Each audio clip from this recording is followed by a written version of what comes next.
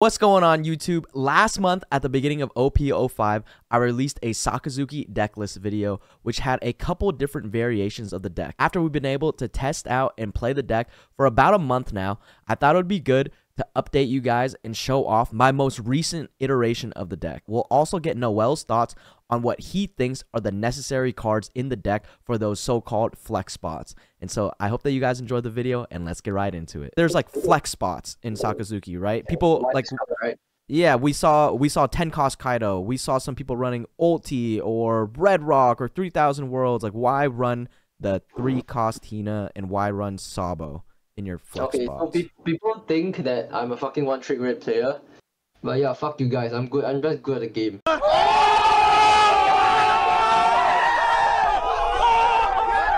I can play anything.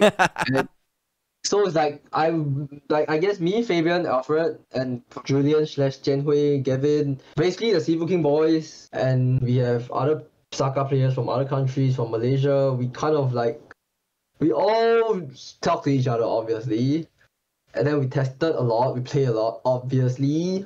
Literally play every single day because we have no lives. One Piece is our life. We love this game. No, actually, we just love the money, which is why we need to play this game. It's like an actual job. So yeah, we literally play a shit ton of this game, and then we came to a conclusion that Hina should be in the deck because it's a body, and because, okay, what do you expect? Saka on paper wins every other deck, right? Okay, for you guys, maybe you don't think so, but for us, we believe that it's the best deck OP5 because it has no real bad matchups. And the only matchup that is hard is probably the mirror. So this card is an actual nuts in the mirror, because in the mirror, you always want to go second, right? So what happens if you go first? You get to play Hina on turn 2. Yes, you get to play Hina on turn 2, and what does the player going second place on turn 4? Probably a Bossa or a Kuzan, right? If you want to destroy the Hina, whatever, you know, you don't really care. Like with Rob Lucci. But if you play Bossa or Kuzan, next turn, your turn is very simple. 5 Dawn play. You have either Great Eruption into Hound Blaze, into Brand New, or Hina into Hound Blaze, which is then you're swinging him 5/7. So this Hina is actually, the matchup, how the mirror goes is whoever loses the whole board first. Because, as you know, Saka doesn't run rushes. Unless you are like one of those people who thinks like Rush Usopp is pretty cool and it gives you an edge in the mirror. No, it doesn't. It's not a good card in the mirror, even though it's a rush card. But usually how the person loses in the mirror is like one player, the matchup is so close, whereby a player manages to clear everything, and then the guy has no board and he's on 1 life, and then next time he just goes for game. So it's just basically whoever sticks the board first. So Hina is very good because you get to draw 1 card. Of course, there's another card called Fried Rice. In Asia, you call it Fried Rice. Yep. And here you call it Sanji Pilaf, but to us it's Fried Rice. It does almost the same thing. It gives you resources, because in the mirror, resources is so important. But it doesn't have the body, which is why I prefer Hina having that body into like turn 3, 5 Dawn play, when you can actually Hound Blaze the 4-drop and push life. It's very good. And it has a counter, unlike Pilaf. Yeah, and then half your decks is like counter, so I prefer this card. So Sabo is solely for category. To be honest, I might even run 2 Sabo if you want. You can actually run 2 Sabos if you want.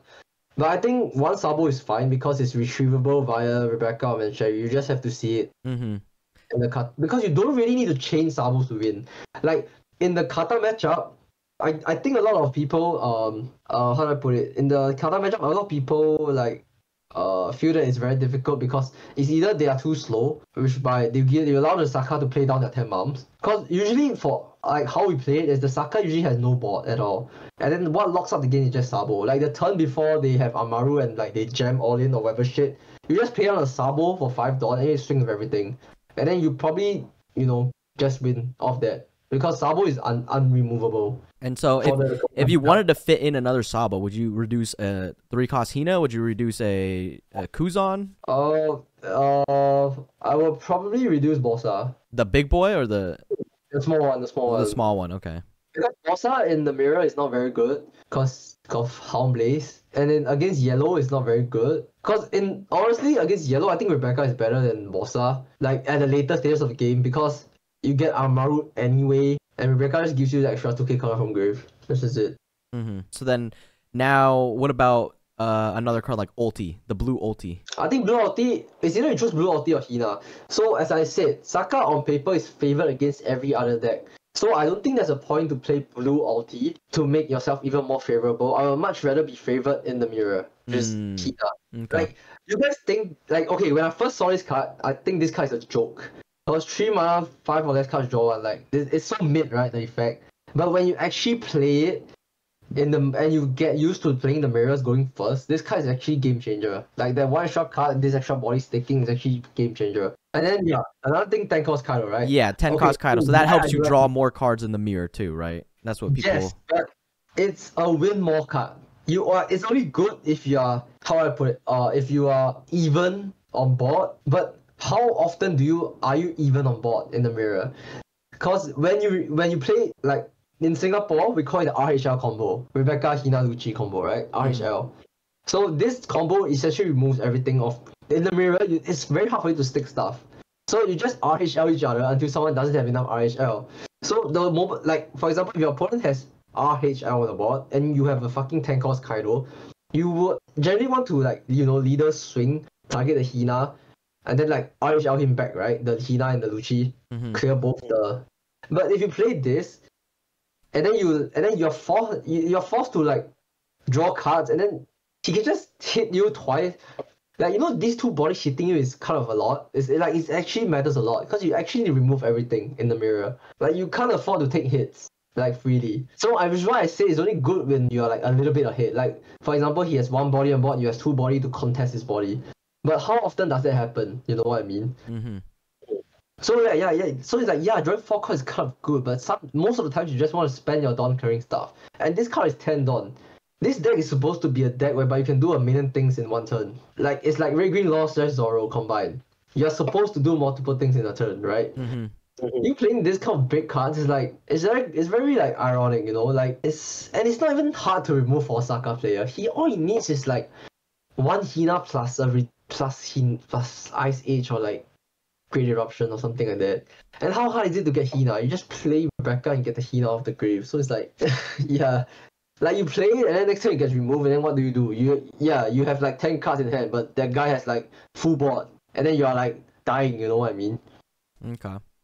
Like, there isn't enough counters for you to draw, for you to guard the following turn, to put yourself in a position whereby that 4 cards actually help you, like, stabilize the game. Yeah. But it's definitely a win more card. Like, if both players have no board and you top deck this, wow, this is how I feel. To be honest, I think Mancheri is the same thing as this. Like, interesting. One is 10 Dawn, one is 1 Dawn, but Mancheri gives you Rebecca gives you another card. So it's like, if you're playing this card, I don't think you play Mancheri. So it's like, I think Mancheri is so much more flexible. Okay. And then 10 cost Kuzan. Okay, if I said this card is not good, what do you think I'll say about 10 cost? Like, oh man. So I mean, because your reasoning definitely it will make 10 cost Kuzan not worthy, because a lot of people like 10 cost Kuzan for the yellow matchup. It definitely helps a lot in the yellow matchup. But you have 4 cost Kuzan and Sabo. Like, why are you scared of yellow? Yeah, I guess. Yeah, you're unfavored, but you have Kuzan. Like, how does yellow clear this card realistically? As long as you go second, if you're going second, you take the first life, you can't get out to you. If you're going first, there's no way he get out to you, because you always take that 1 life. So it's like, this card is always sticking, Okay. So why do you need a 10 cost Kuzan when you have a 4 cost cheaper one? Thunderbolt? I don't know. People Thunderbolt the Kuzan, I've experienced. If they do it on main, they waste a life. It's good for you. It's worth it, Okay.